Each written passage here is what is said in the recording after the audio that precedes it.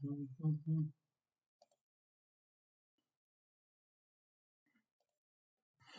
one, check two. Check one, check two. Let's get going. If you got any questions, just throw them in the chat. Just gonna talk about a few security things today.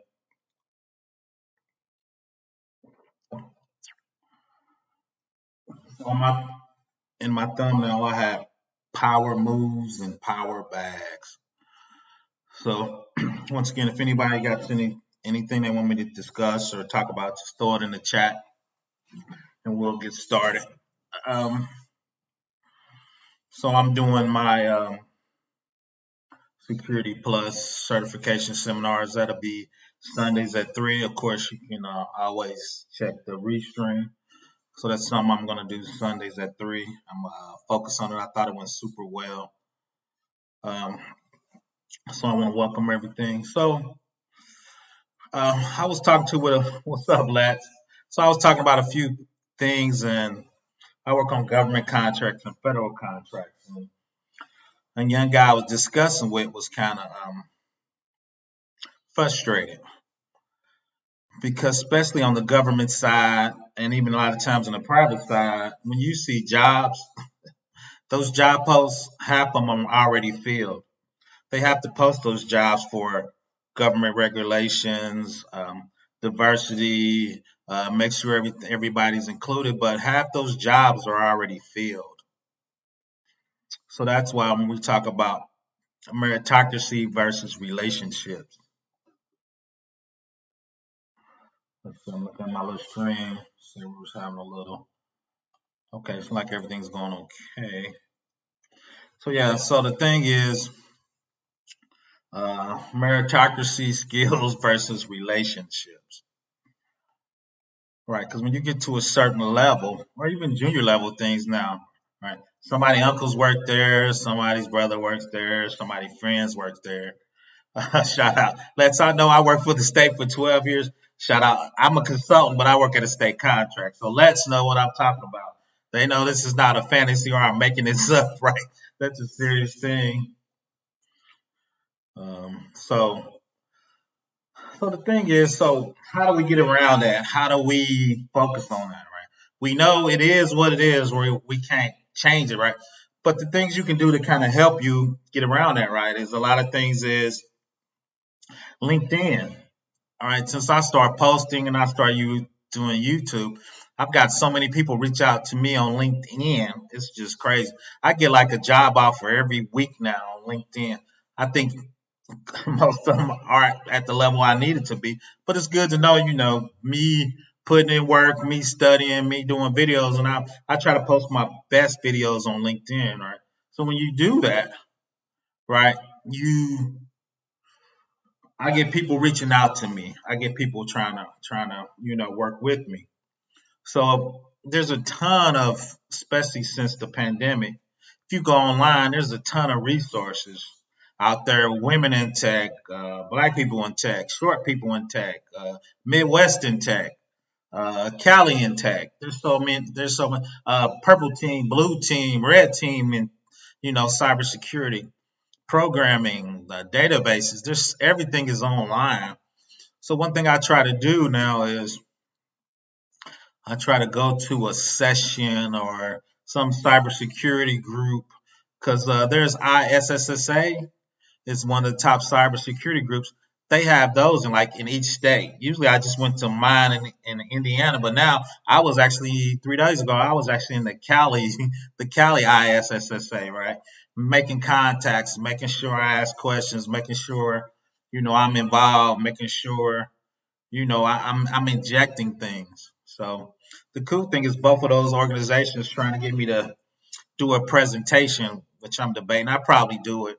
Right, the more presentations, the more people get to know you. But especially me, I'm kind of an introvert too. So, but like let's say we got to get out there, we got to get engaged, we got to get involved. And part of me being an OG is when I see stuff, I need to bring it to y'all, my community, and say, I think y'all need to show up at the ISSA of Cali, or I think you need to go to this group, or I think this session is good, or I think this person is good, right? Because it's about sharing and making sure you're active. And like, let's say, like 12 years at the state, I was surprised by how many those jobs that we post that will be already filled. It's like, okay, we want to promote this guy, but we got to post it per state code or whatever, right? So they'd be posting these jobs, and they would get like 50 resumes, and they just kind of peruse through them and pick the guy they want to pick, right? Or if they see a guy that's super qualified more than their guy, they actually pulled the position, then put it back out. Why would they pull it? Because they scared if that person came back and sued them or told them they want to see a resume while they getting hired, right? They could get in trouble by the state general attorney because they're a state, right?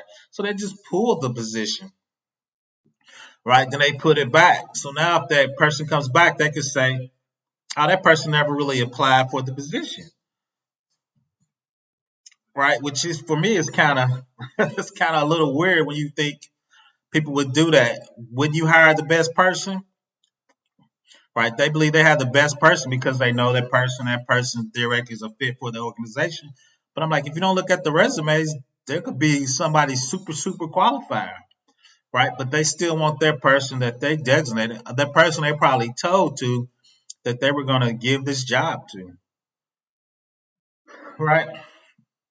So that's why, like we heard in the past, you still need to get your certification, you still need to get your experience, you still need to do all that. Why do you need to do all that? Because the jobs that aren't filled, there's so many, it's only half the job, so you got to be what? Twice as good to get half the work, right? So you still need to make sure you're doing the proper things to be ready for when the job that's posted that's really open, right? So now you connecting with people doing LinkedIn, you connecting with people on TikTok, Instagram. Now you know those hiring managers and you're getting involved in those managers. You showing up on association groups with those guys, right? So hopefully now the hiring managers would get with you and you would get some of those liberties and generalities to help you get those types of positions, right? So that's the next step in there. How do you know the person that will recommend you? How do you know the hiring manager that's going to recommend you, right? Are you in groups in your local area so people know who you are? Are you in those groups online that know who you are? The cool thing is, since I work for big consulting companies, those guys usually leave and go to other jobs, organizations. So then people reach out to me and kind of let me know what's available if I want some, right? So that's where we all need to try to get to a higher level where they're saving those jobs for us, right? Those jobs are for waiting for us. That you got the first pick of the job if you wanted to get it, right? So that's the next step in that level. You can look at old positions that are not active, and if you qualify, you can make an true. That is true. Let's put it in. You can look up an old position that are not active, and if you qualify, and you can make it active again. I heard of that. I've never tried that to be honest, but I've actually heard of that. Right. So, but a lot of times though, they fill those positions and they close them down because a lot of times, most of the times, they looking for their person to get in those jobs. So that's probably kind of rare, I would think, because every job after I see it, if the person wasn't available that they wanted, they were going to fill that with another rec. Because a lot of times when those recs close, if that department doesn't have money or didn't spend the money last year, they don't let them reopen those positions. That government money, if you don't spend it, they don't usually give it to you again next year, which is kind of weird. You would think you would get recommended for saving money or an award, but if you don't spend it, you lose it. Oh no, you're right, Lex. A ton of networking. You gotta get your networking on once again with the if you go to, I think it's called Everbright.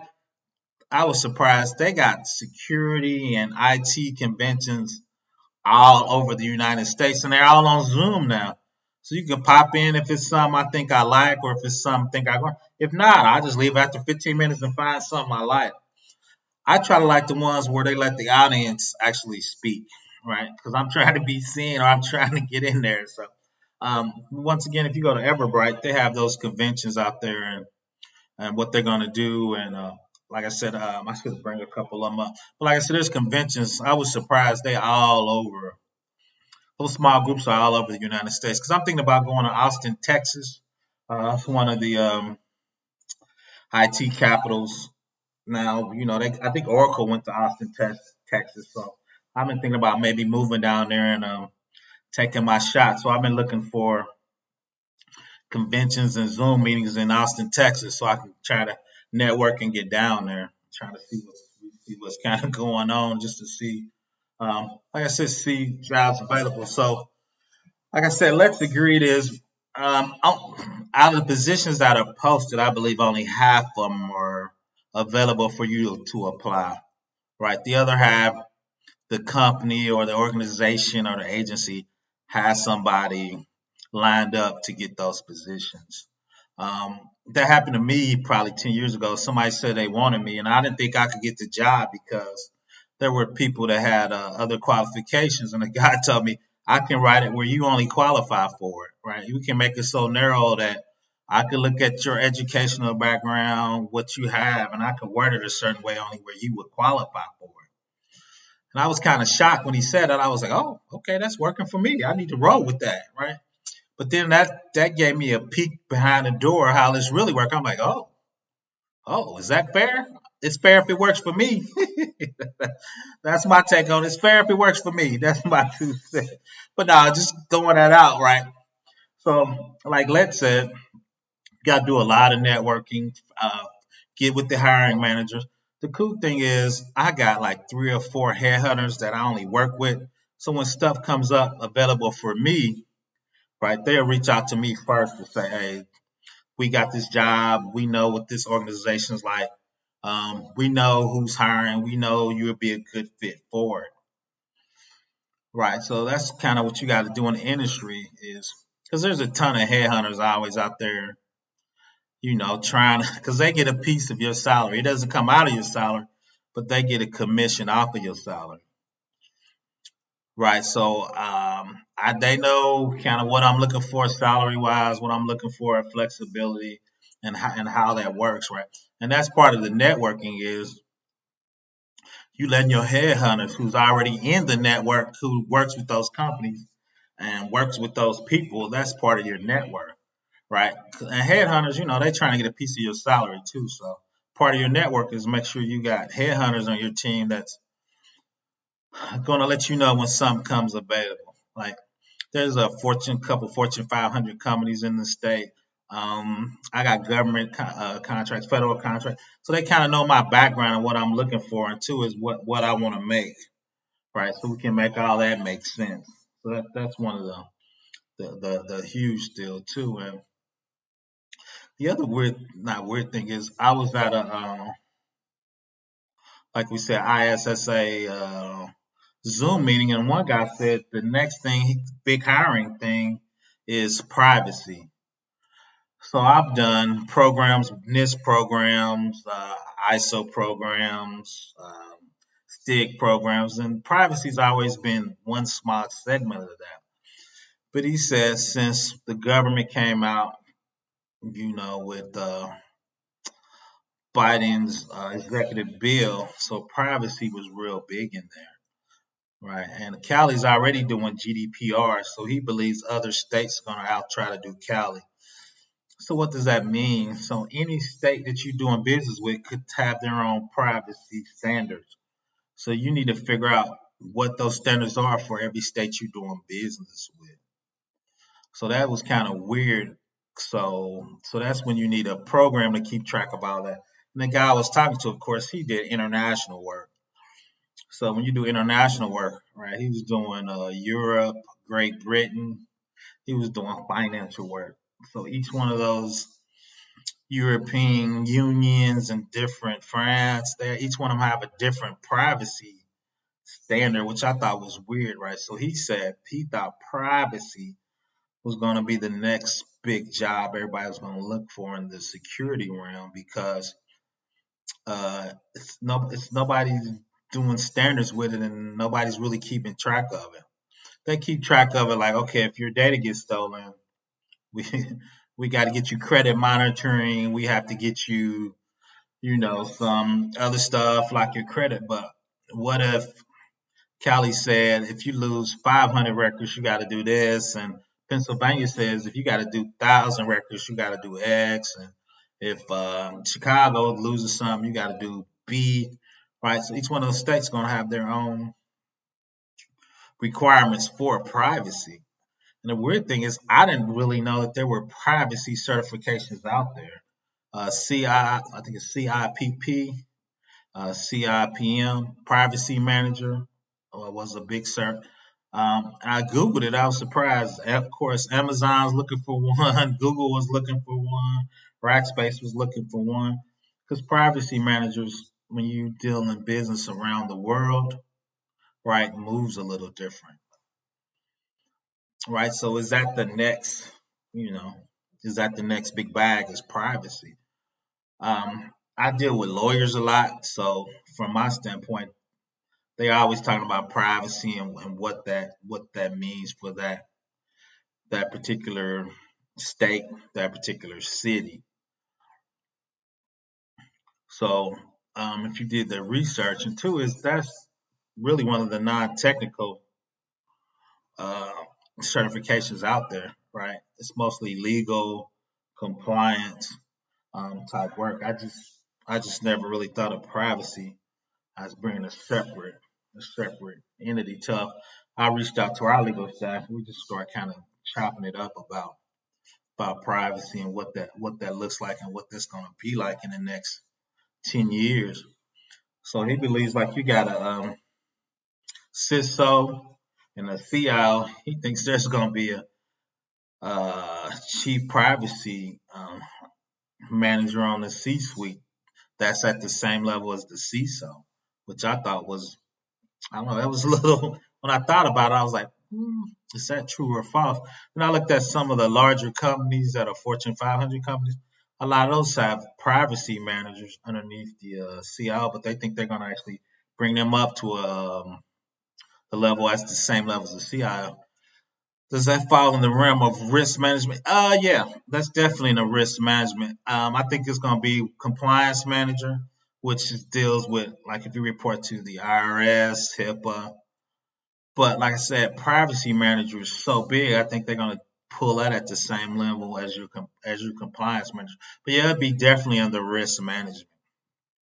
And realistically, when you talk about security for a large company, it really all rolls up to risk, less because your average CIO or CISO, they don't really care about your Cisco router.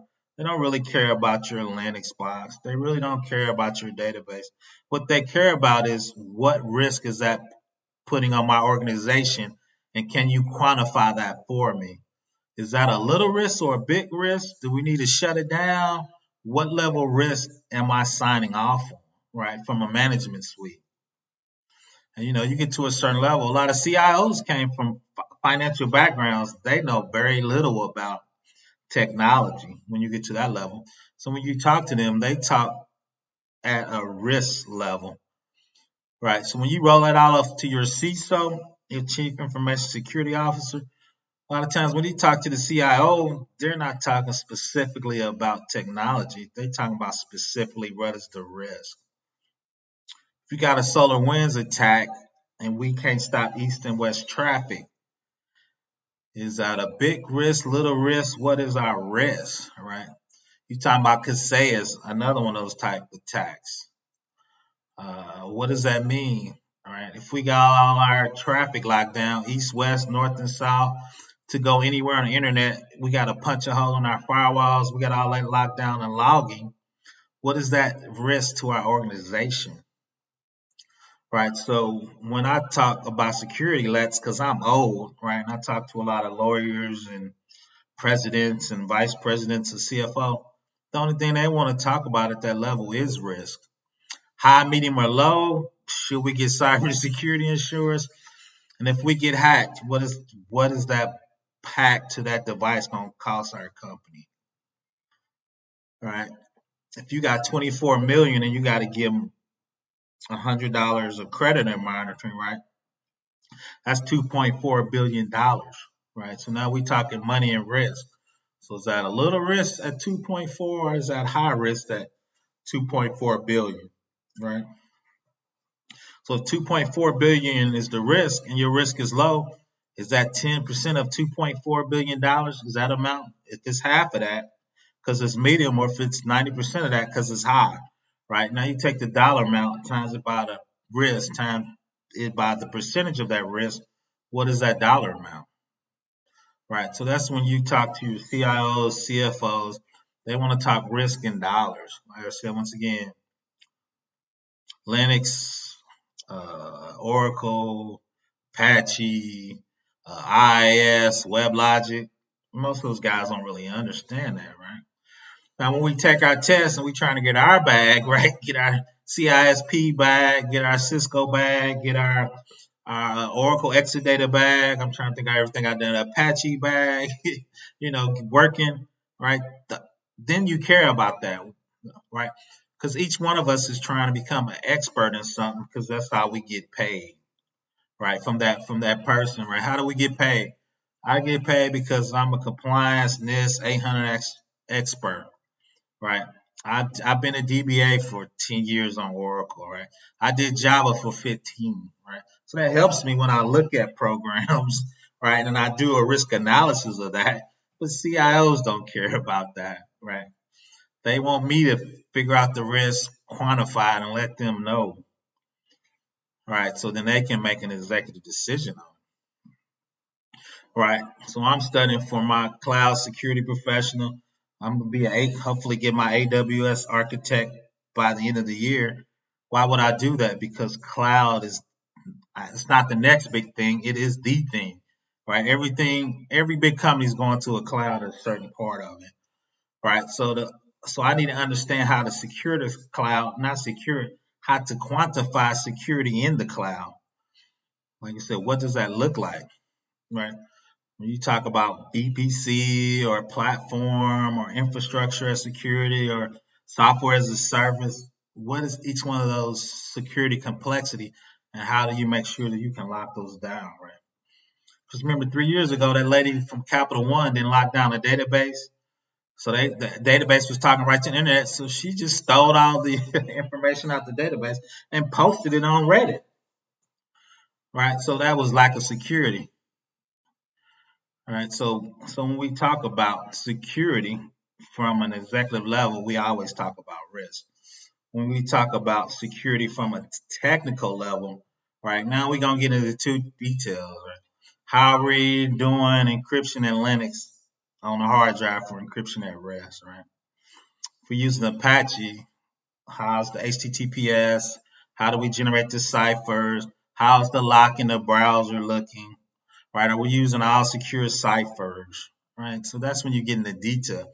So that's kind of the separations of those two. Management's risk, technical technicians, right? We talking detailed checks of what goes on that device. So right, we got to be super explicit with how we lock down that particular device. And that's one thing I'm gonna do as part of my Security Plus classes. We're gonna take AWS.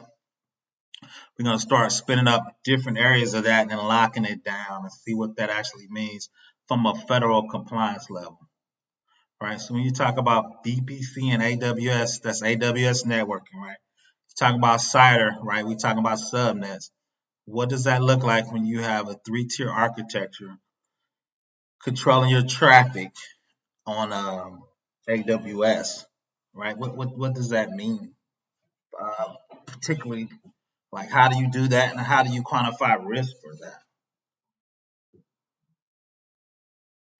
So, so then two, I'm just gonna back up a little bit. And so two is when you're looking for a person and you have those skills for that type of job, like we were talking about, though, is how do you know that job is open and that job is for you, right? So hopefully, like we talked about, in your story, you can say, I know what security means on this device. I know how this device works.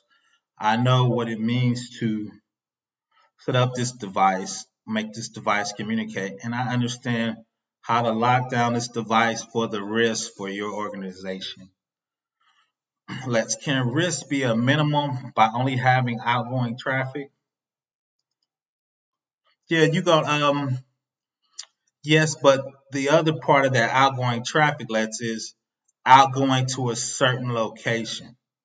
So when my bank traffic goes outside, my firewall says it can only go to Chase Bank because I'm only letting Chase Bank's IP leave my firewall. Right. A lot of people says, which is a little different, is if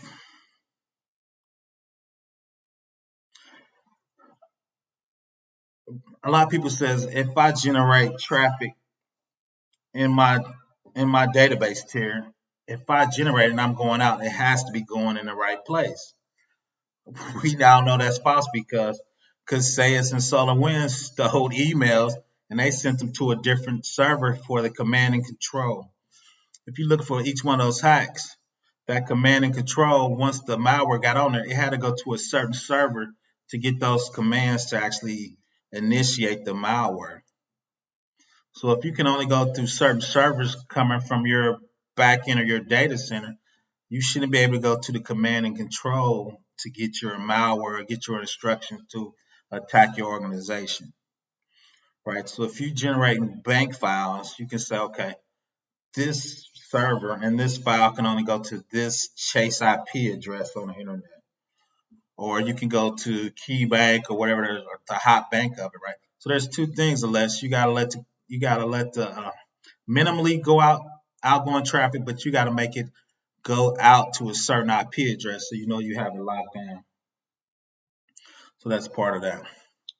And we definitely gonna talk about that in Sunday at 3 for the Security Plus. I think this week is social engineering and malware to be exact. But no, so that's what so you gotta put the destination IP on there. So the question is, as part of Zero Trust, you gotta tell the IP address where it needs to go.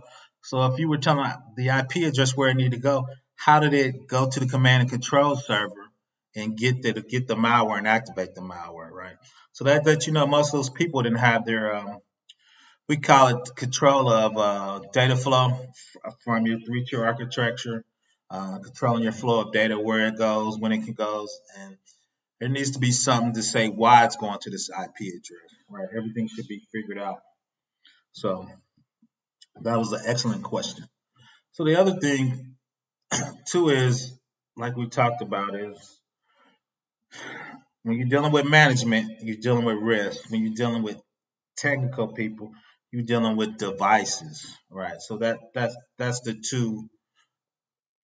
two designations for me. So when you're a supervisor or a manager, now you got to talk both, right? Your technicians got to be able to explain to you technically what happened, and you as a manager got to take it to the CIO, the president, and now the board of directors. Because if you look out there, and I did a short video on that, is your board of directors wants to know what's going on with your cybersecurity because Equifax, when they got hacked, the CIO, the president, and the CISO got fired because their stock price got cut in half. I think it was $1 billion of proposed value they lost in their company because their stock price got cut in half. So now the board of directors wants to know what's going on with the CISO, right? So that's how much cybersecurity is coming from the back. I call it from the back to the executive suite. Now we're going up to the board.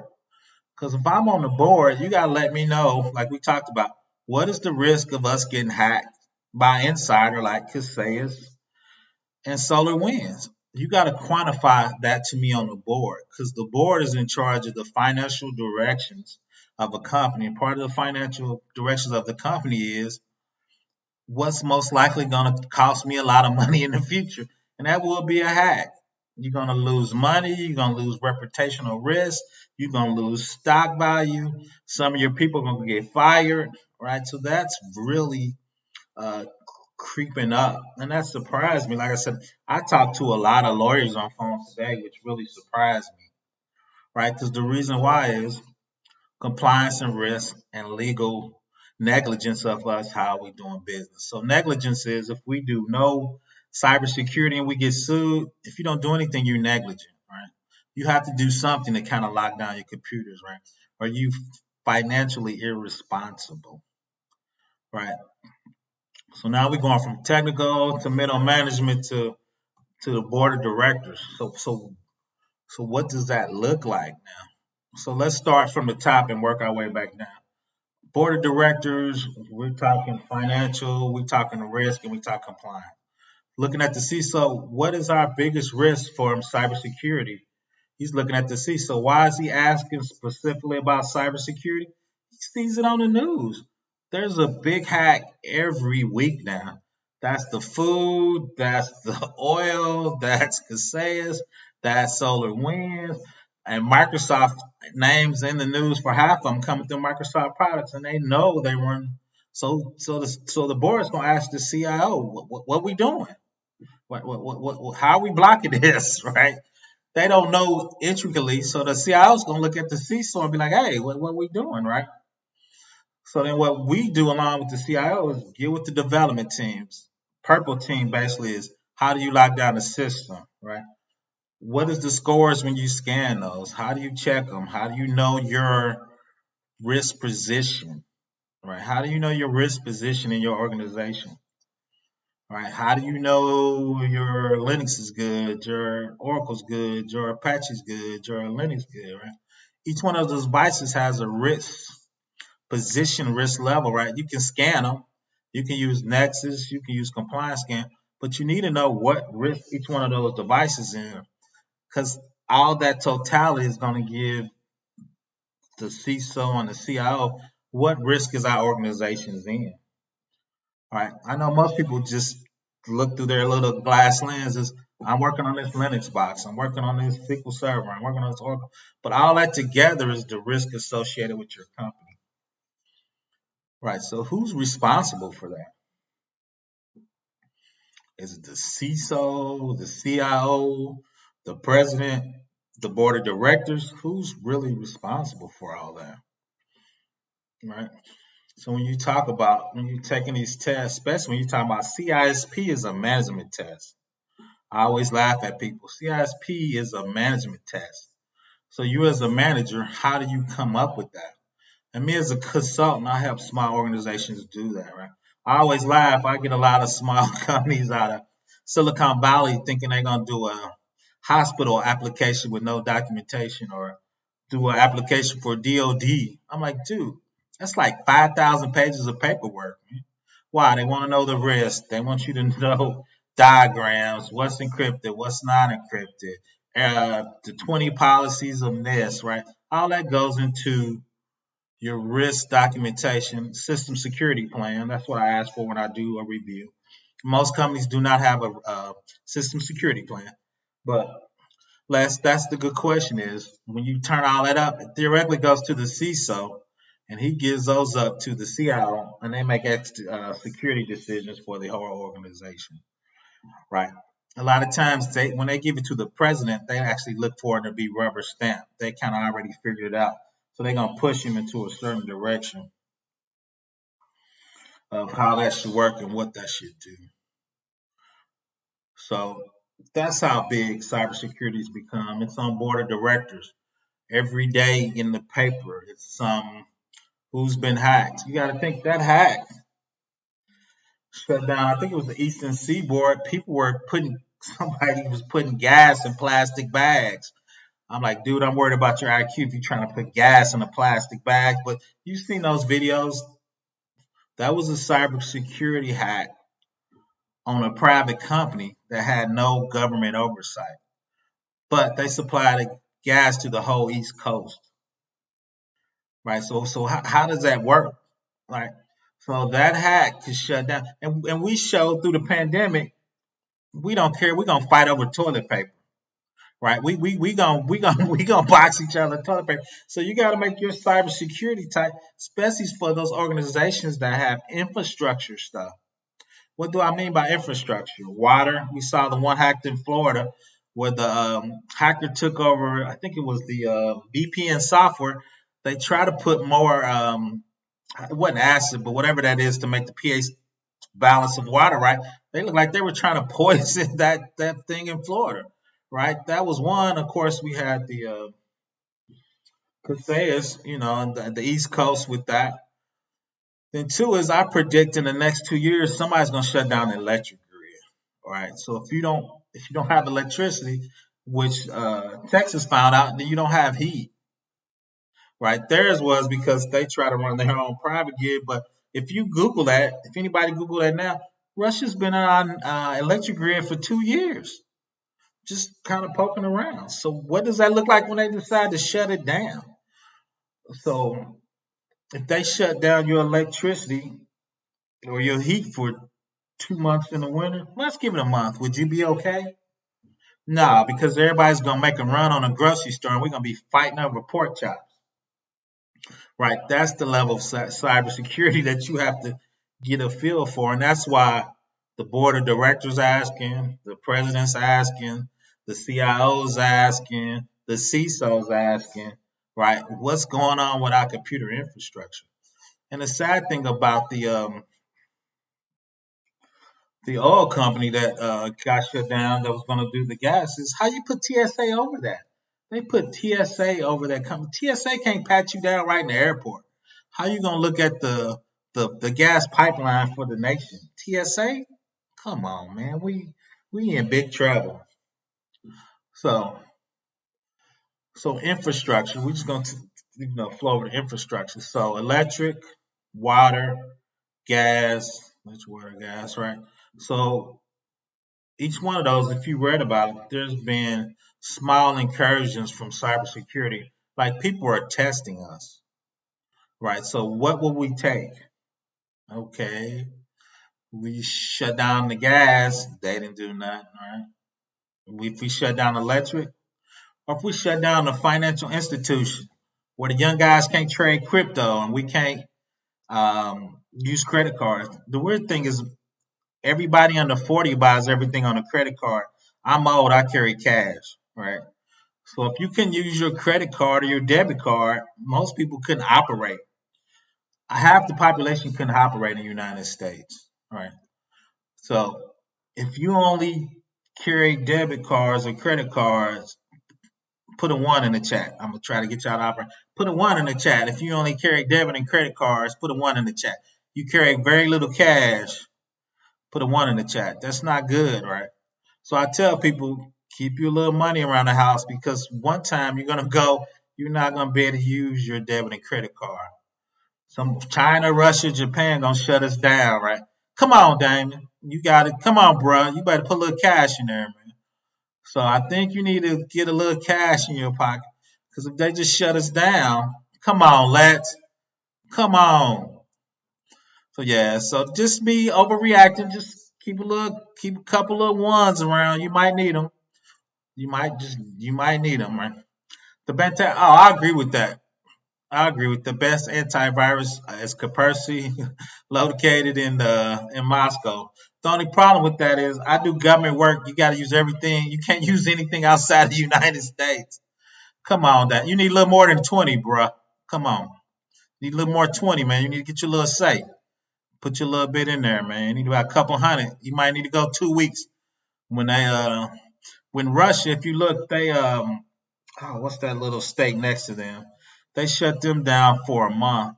I'll look it up. Or somebody Google it. It's right next to Russia. They got into a little cyber skirmish, so Russia shut them down for a month. And they're very technically savvy, so they couldn't use their credit or debit cards because Russia shut them down, right?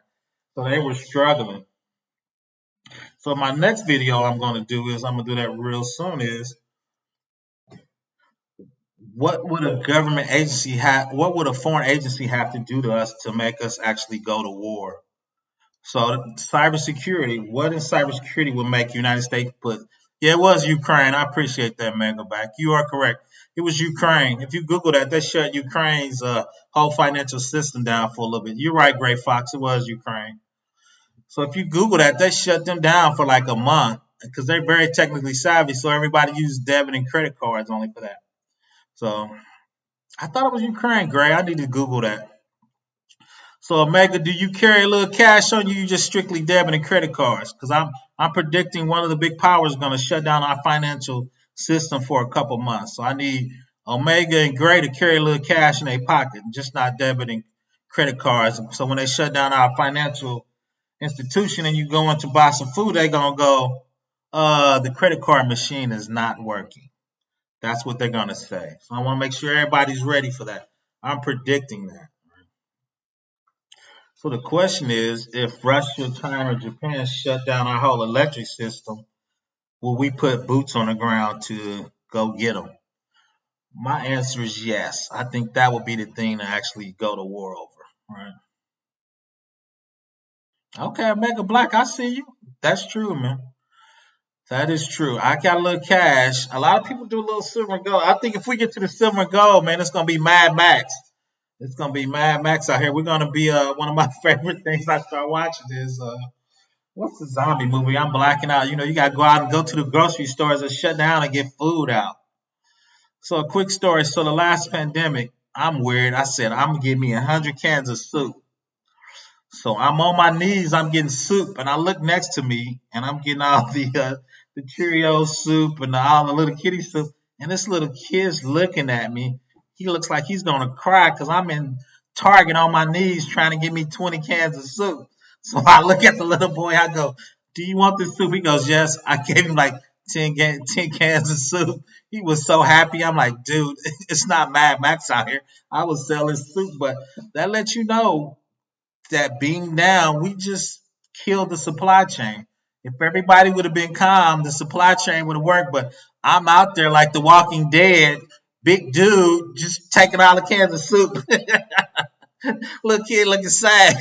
I'm like, nah, man, I'll give you some soup. It's not that bad. So for all the people teasing me, I do have 200 cans of soup in my cabinet. So I'm ready. That's all I'm saying. So, but let's get back to cybersecurity. So the cybersecurity part of that, though, is I believe that different nations will start attacking our infrastructure companies, as we saw with the gas company, Metropolis masking for life. So as you see, though, uh, we're easily attacked from an infrastructure. Our infrastructure is solid, right? I mean, you can see it. I mean, from all that, the gas, the water in Florida. I mean, we're just super ripe for that. I think that's why Biden's trying to put all this stuff in executive orders. I'm like, dude, it took us 30 years to get where we're at. So your one little order is not gonna help us. If you stay ready, you ain't gotta get. I'm feeling you today, Omega Black. But I'm halfway ready. I think I'm gonna give me a couple MREs off of Amazon. You can buy anything off of Amazon. And I got to get my water up. So you are correct, Omega Black. So it's funny. I did a video on solar. I mean, on the electric grid getting hacked. That's one of my highest videos because I think the preppers were actually looking at that one. So for me, but now you're right, Omega Black. Even in rational or even in cybersecurity, if you stay ready, you ain't got to get ready, right? If you've been practicing, you're on top of your stuff. You know how to get there. So that's true. But y'all need to get like Omega Black, man. Y'all need to get y'all some money, some physical security, and some gold, right? Y'all need to get in the you need to get in the mix. Less, Professor, I would flunk your class just to stay in it so you get me up. Nah, you don't have to flunk my class. I'm gonna be on the internet, man. I'm gonna be here for a while, Lex, so we can chop it up. 1,000-mile journey starts with the first step. You're right. You're right, Metropolis. I'm kind of old and jaded. You're right. I'm gonna read that again from Neotropolis. 1,000-mile journey starts with the first step. I guess for me, the reason I'm jaded, Neotropolis, is we've been talking about cybersecurity probably good for like 20 years, right? We've been talking about it from a government level. We've been talking about it from a nation's level. We've been, getting kids ready, going to cybersecurity. And you think one little attack by a private company that we don't have government oversight on, right? And once again, we got people putting gas in plastic bags, right? And so so, so my bar is pretty low, Neotropolis. That's all I'm saying. But you're correct, and I think that's why people get into cybersecurity. I think there was 500,000 job openings, even if only half of those are filled. That's still 250,000 job openings. The problem is, and Tiny will tell you in the chat, is when you look at large companies, billion-dollar companies, they security suck. I review large companies from clients and different things because we try to review our software that comes in different organizations and different agencies. So when you see billion-dollar companies in that Metropolis that security suck, just their security's horrible. You like, if the big companies can't do it, why we think the little companies are going to make it happen? So that's kind of where it kind of like, okay, well, what are we doing? But the cool thing is, like Metropolis says, is a lot of opportunities, a lot of jobs, a lot of great paying jobs. Like we always talk about, we can get in a lot of those jobs with certs. We can get in there with people coming to YouTube and learning. There's and the cybersecurity is so wide open, so wide open. I mean, like I said, everything needs security. If you're a programmer, purple team, the Cisco guys, Cisco got a ton of security. Um, just compliance. I do a ton of compliance. Um, just so many products from SIMs, it's CISOs, compliance, not technical jobs. Just it's just wide open, right? And the people need people. They need good people. They need all people. Like I said, all hands on tech, right? Why? Because we see it in the news. Somebody gets hacked it's almost every day. At least every week there's some big hack, right? And obviously, we can tell the United States isn't quite ready for that, right? Not quite ready for those attacks. Not quite ready for the Omega Black. I got certs and I still have a difficult time finding a job. No, Omega, it's not you, it's the industry. And that's one thing why I came here to try to help my management and the older people understand what that means, Omega Black. It's not you. It's it's our industry. And I interviewed a couple guys, and I'm working on them. They old elitists. They got degrees. They believe, without a degree is everything. I'm like, dude, my degree is from 1990. Everything I learned is obsolete. So if I don't keep getting my certs and keep studying, right? So no, Omega, I think it's something we need to, or especially me, I'm an old guy. We need to work on the industry to let them understand that certs is a valuable tool that tells you what a person can do. Because like I said, my college degree is from 1990. I was programming an assembler in COBOL when I first started in this game. Those things don't even exist anymore. I did an assembler program calling a dial-up modem, Omega Black. None of that's gonna help me now, right? I gotta keep getting my skills up to date. I gotta keep studying, and I need certs to do that. Cert tells you my skills are relevant for today, not my degree. K5 North Korea always trying to, oh yeah, they already got us, Fox. They already in here. They done checked us out. They're just trying to figure out when they want to do it and what time we gonna. And if they gonna do something big enough that we're gonna put boots on the ground. Everybody's been on our network. Let's G, I'm older too and it's hard. MS DOS. Yeah, Lex, I guess for me it's a little easier because I was lucky. I got on two big contracts. I met a ton of people. So those people kind of look out for me. I'm one of the people where they hold jobs open for me, right? So I just kind of lucked into that. Respect Apple DOS, facts. I remember when I was doing my first DOS. I'm before networking. I set up one of the first Novell networks before Cisco got popular. Everybody was, I don't know who was old enough. Novell was hot what was that? In the 90s and 2000, Novell was super hot.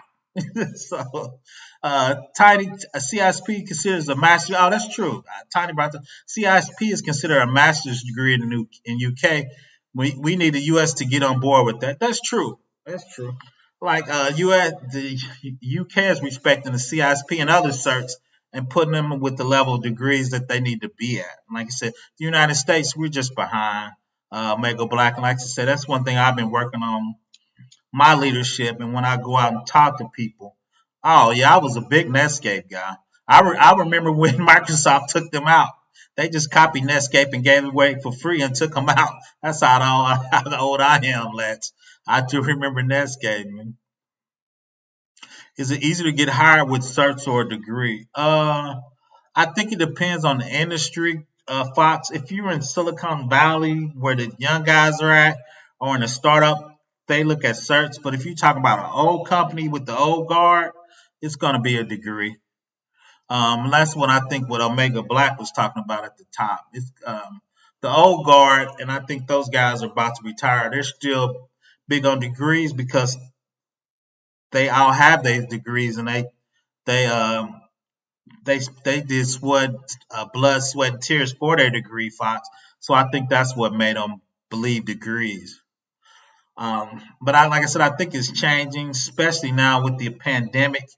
I think people are knowing people are going to do more online learning, and part of online learning, they don't. The weird thing is those old guys don't respect online online degrees. So I think those guys are going to respect certs at the same level as they do with an online degree. They physically, because they went to big universities like Notre Dame, Ohio State, Pittsburgh, and they went to class, so they believe you should do that. That's like when you hear people telling stories. When I went to school, I went uphill and it was 40 feet of snow, right? So I think they're saying that thing for their degrees, right? Our degrees is we got degrees and it was hard. So you have to get degrees and hard. Yeah, but your degree is useless, man. Your degree was from biology in '85, man. Is that any? Can we still say that degree is good? So make a black. In my opinion, certs get you hired, degrees get you well paid. No, that's true. I agree with that. But I've seen a lot of people with certs struggle to find a job on Mega Black. I got a lot of people pinging me on LinkedIn saying they had their certs and they still struggling to get hired, even with certs. But no, I agree with that. Certs get you hired, degrees get you, yeah, especially when you get in management, people really want to get you paid. But I still see a ton of people struggling with certs to get hired, especially if you're trying to do something that's not outside of help desk. So even with the shortage, you think they would be begging people to come in the industry, even if you had certs. Because to be honest, most companies are going to train you how they want to train you, right? So it's not like they're going to say, come on board and do your thing. They're going to like, well, we want you to do your thing this way, right? That's the real bit. I see. I agree. It shouldn't be that. No, facts, Omega Black. It shouldn't be that way. So that's some of the things I'm trying to work on by speaking and telling the old guard, hey, it's a new way. We need to change up. Two is you're gonna train those guys how you want them to do work anyway. So why you make them have degrees when you gonna train them how you want to train? And the other weird thing is that my degree was computer science, 132 hours to graduate. I only needed I remember like it's yesterday. I only needed 38 hours of computer science to classes to graduate. I had to take 90 hours of stuff to make me a well-rounded person. I had to take sociology, psychology. I took calculus 3. I can take the area of a tornado. I promise you, I have never used that in my 35 years in IT. That I can take the area of a tornado. So I don't know why you made me take. I'll take the back. It's calculus 2. I don't know why you made me take calculus 2 for computer science. I've never taken the area of a tornado of any, and I worked in every industry I've been in: insurance, tax, pharmaceuticals. I worked for property management that was building malls. I've done all of that, and I didn't have to take physics. Great Fox. They let me take calculus too, so I wouldn't have to take physics. But I mean, Now, don't get me wrong. I respect physics, but you just don't need it to get computer science. I'm not gonna. I'm not developing a new chip, Fox. That's not what I do in my industry.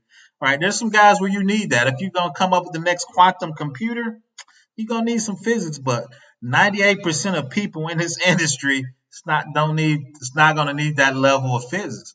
And two is, what does psychology do? I mean, so I'm not really into that real into the well-rounded person.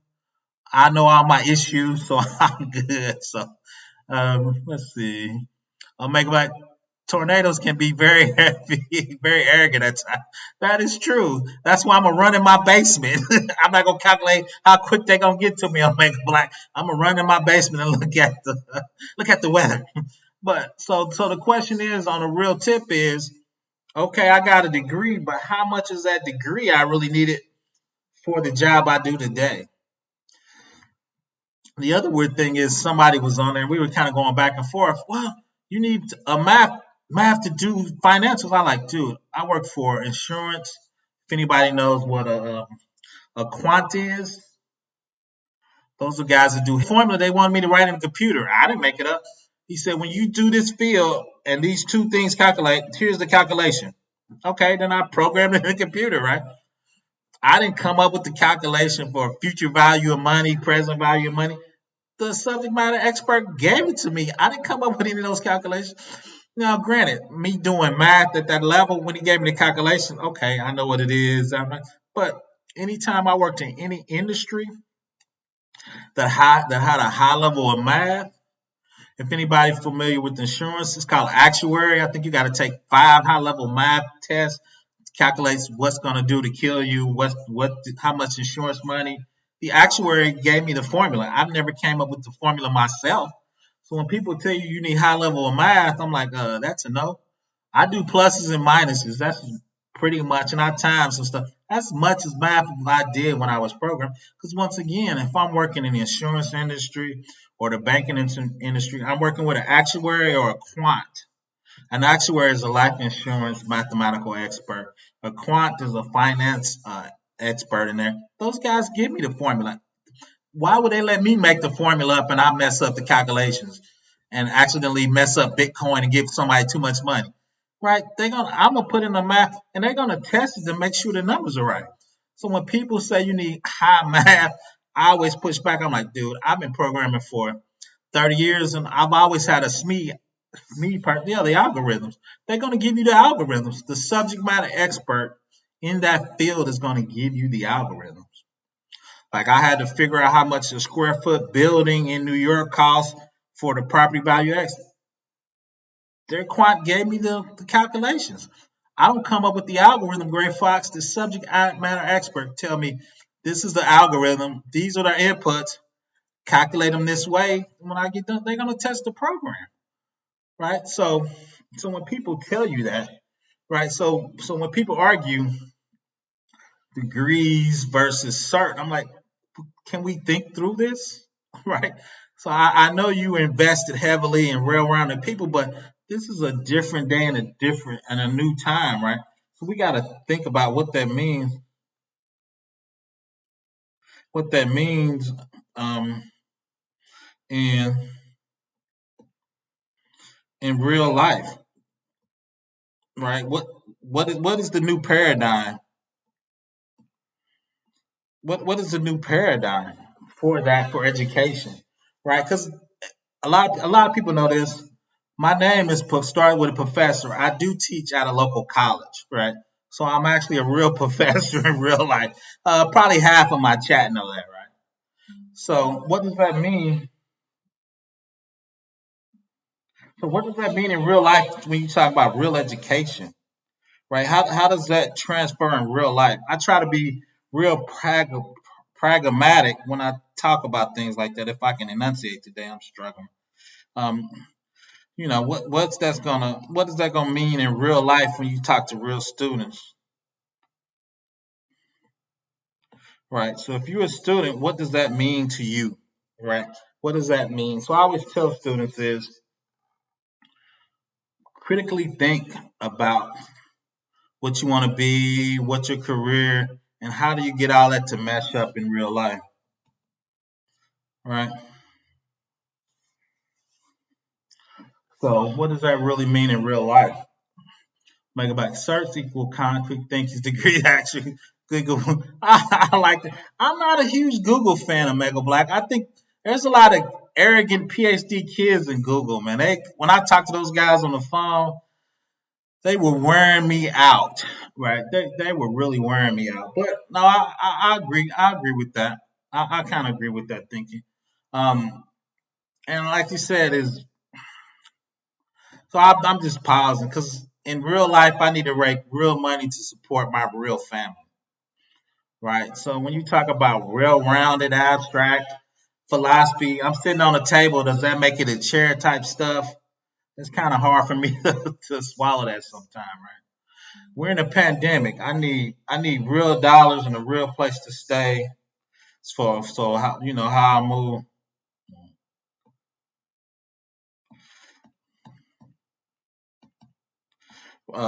So well, like I said, in real life, what does that mean? And like I said, so like I said, there's two phases for me. Let's concrete thinking, critical thinking. Like that's the base. Can we start there? If you're in IT, you're in cybersecurity,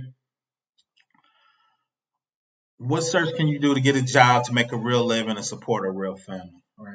When I say make money, a livable wage, right? There's a lot of jobs, depending on where you're at, you can't live on that, right? So you start trying to piece jobs to make a living. Let's talk about a real wage for where you live at for a real job, right? Concrete stuff. Okay, now let's move up the ladder. Okay, now I'm trying to be a supervisor. I'm trying to be a manager. I'm trying to be head of the DBAs in management or the Linux guys in management. So what does that mean, right? I need to run a budget. I need to learn how to manage people. I need to learn how to hopefully have people follow me, right? That's at the top of that. I've had some managers I thought were decent. They treated me fair. I wouldn't. It wasn't like they motivated me, right? I'm easy. I grew up poor. The dollar signs motivate me. You give me more money, I get more excited. I'm a simple guy on that, right? You don't need to rah rah me, especially now I'm old. I hate when young managers try to rah rah me. Settle down, young guy. I don't need rah rah. Just pay me more, man. I'm old. I just need to go have a nice meal, right? So now let's go up. Now we're talking about we're vice president, right? We're senior this, we senior that. So now you go up to management. Do I need philosophy for that? Do I need sociology for that? Right. So then when you start dissecting really what a degree is, right? So at a high level, a degree, one thing degree gives you is they know you can learn, right? I know you can learn. That's about it, right? Right. I know you can learn, right? UFO, right? Exactly. So, so now when you get at the top of the pyramid and you doing abstract thinking, right? So when you rewind all that back, and I had discussion with this with some of my old buddies, is really did that degree really help you when you rewind all that back? The sociology and history and you know, does all of that help you with your current job, right? Then so that's one thing. So did that help you as a person, right? Understanding, business law, how the Constitution works, Senate, right? You get some benefit of that as a human being for voting, maybe, right? Because what only 30% of the population votes, right? So I think so. So some of those discussions, you come out and you say, well, really, is the degree really worth that, right? So what is a degree really buying you, especially now when a minor degree in history can cost you 80 or $90,000 and you come out making $10 an hour, right? So for me, I get passionate about that because that's negligence on a university. You're gonna let somebody major in a degree where they can't even have a livable wage. Gas and plastic bags, fact. Right. So you telling somebody you let somebody get a degree, they went to a counselor, they went over their credits, You charge them $80,000, but they can't make a livable wage on that. So is that negligence on the college, right? What does that mean? So I think a lot of people are doing that. We need to revisit education the way it is now, right? And I teach cybersecurity, and some of it I enjoy the way we teach it, and some of it I'm like, dude, we spoon feeding these people something, but they can't use what we giving them, right? So how do we make that make sense,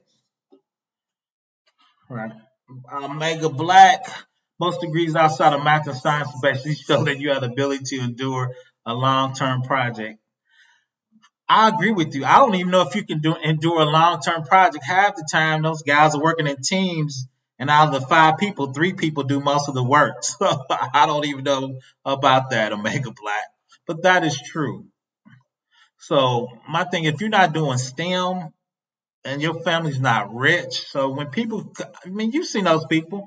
You've seen them on YouTube. I got $80,000 worth of debt, and I did a marketing degree, which I'm not talking out a marketing degree, but can you make that money back to pay off what you owe the colleges? Right? Then if you start missing loan payments, right, that interest, you start loan sharking interest on that stuff. So there's people out here that got a degree, they're never gonna pay back their college debt. They're never, and number like we talked about. Number one is half the jobs are filled, half the jobs are done on relationships. It's hard to get in the industry sometime. So then how do you pay those degrees back? Right? Are you just expected to die with their debt? So, so that for me, that is the question from an educational purpose, and that's one reason I actually said, well, I'm gonna do Security Plus seminar online for free. People can come check it out. Could be on their journey, and just kind of see if the Security Plus is something they want to do. But so once again, I think we need to review education, especially as in the United States, because if you look, we come maybe not last, but we come in the middle of the pack of all the educational things. When you compare them around the world, math, science, all of that, we're near the middle of the pack. I don't think we're at the top of any of those educations but we spend as a nation a ton of money on education. So why are we in the middle? Are we not teaching it right? We doing something new, or is the school failing, right? Or is the kids failing? I very really says kids fail because I think the adults needs to help the kids learn in a certain way. And two is since I teach at a local college, a lot of my students are adults, right? They're trying to get their degree, like we talked about, so they can get a management degree, so they can move on in their job, right? So my job as an educator says, okay, this guy knows what he's doing, this lady knows what he's doing. They're really focused because they're trying to get their management degree. So my job a lot of times is I need to stay out their way. They know what they want. They know where I'm at if they have a question, right? So a lot of those people, I just say, here's the curriculum. Let me know what you need from me, right?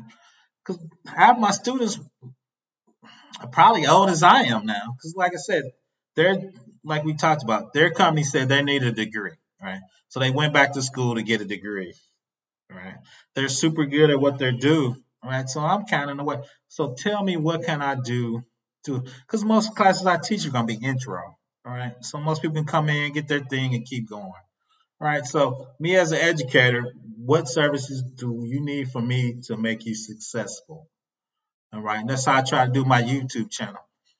I always put in the box what you need from me to help you get where you need to go. All right. If I can't do it, I keep it techie, Alpha Cybersecurity, Center Cyber Person. There's a ton of people out there on YouTube that can help you, right?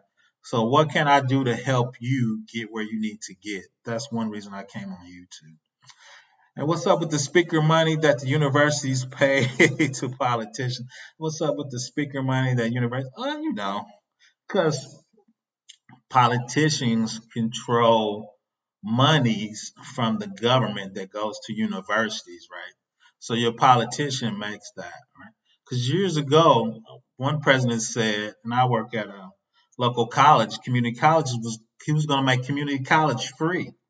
So if you make community college free, that means the government's funding it. How many more people can get hired, and how many resources would the college get if government was paying for associate degrees from local colleges, right? So that's where the speaker money that the university pays to the politician. That's the circle, right? Politicians funding universities, right? So that's that that's that circle, right? And as the speaker, right, a lot of PhDs make more money consulting than they actually do teaching. The university likes when you consult because they can point to you as a subject matter expert in the industry, and more kids will come to that university, even though you're not teaching more, you're actually consulting more, right?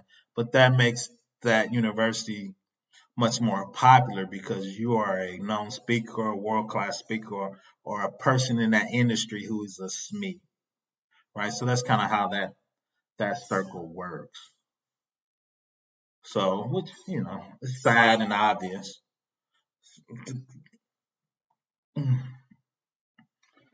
So I think that was it for me today. I just wanted to come on and chop it up with y'all for a little while. I like to come on for about an hour.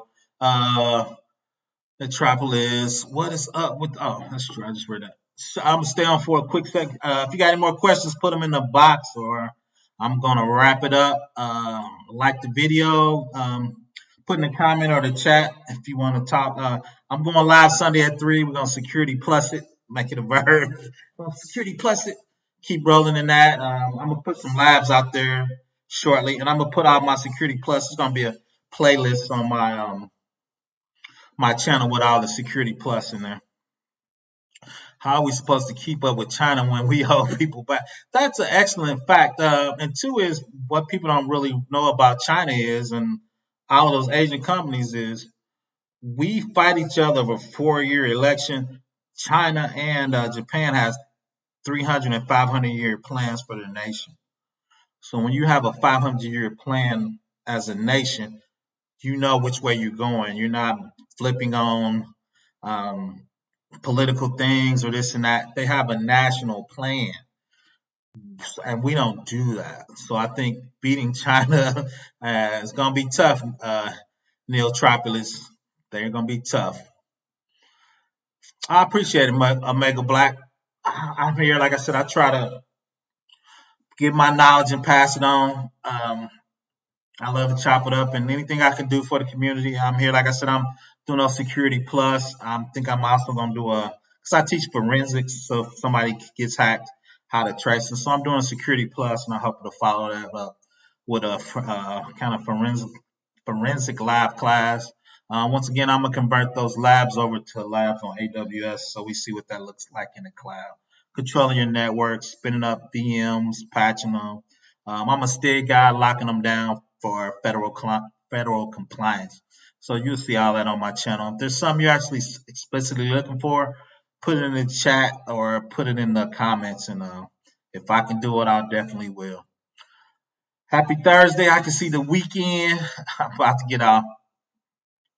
I appreciate that, Tiny. Go watch all PBO's videos.